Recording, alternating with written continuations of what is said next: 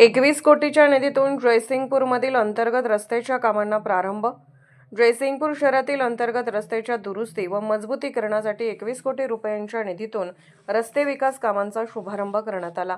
पेयजल योजना, gas pipeline व भुयारी गटर योजनांच्या कामांमुळे खराब झालेल्या रस्त्यांची आता नव्याने दुरुस्ती करण्यात येणार असून शहरातील सर्व अंतर्गत रस्ते पक्के व सुस्थितीत करण्यात येणार आहेत. नगरपालिका निवडणुकीदरम्यान राजर्षी शाहू विकास आघाडीने सत्तेवर आल्यानंतर सर्वप्रथम अंतर्गत रस्त्याची दुरुस्ती करण्यात येईल असे आश्वासन दिले होते. निवडणुकीनंतर त्या आश्वासनांची तात्काळ पूर्तता करण्यात आल्याने नागरिकात समाधान व्यक्त होत आहे. यावेळी आमदार राजेंद्र पाटील यड्रावकर म्हणाले, शहराच्या दीर्घकालीन विकासासाठी पेयजल, गॅस पाईपलाईन व भुयारी गटार योजना राबवणे आवश्यक होते.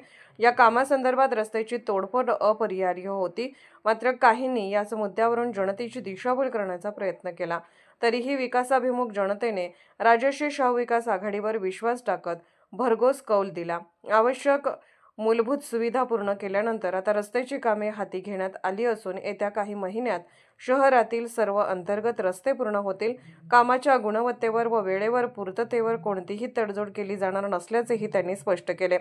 नगराध्यक्ष संजय पाटील यड्रावकर म्हणाले, दिलेला शब्द म्हणजे स्टॅम्प्स, हे आम्ही कृतीतून दाखवून दिले आहे. विरोधकांनी वैयक्तिक आरोप केले, मात्र जयसिंगपूरची जनता विकासासोबत उभी राहिली. शहराच्या विकासासाठी निधी कमी पडू दिला जाणार नाही असेही त्यांनी सांगितले. या रस्ते विकास कामांमुळे शहरातील वाहतूक व्यवस्था अधिक सुरळीत होणार असून नागरिक, व्यापारी, विद्यार्थी व ज्येष्ठ नागरिकांना मोठा दिलासा मिळणार आहे.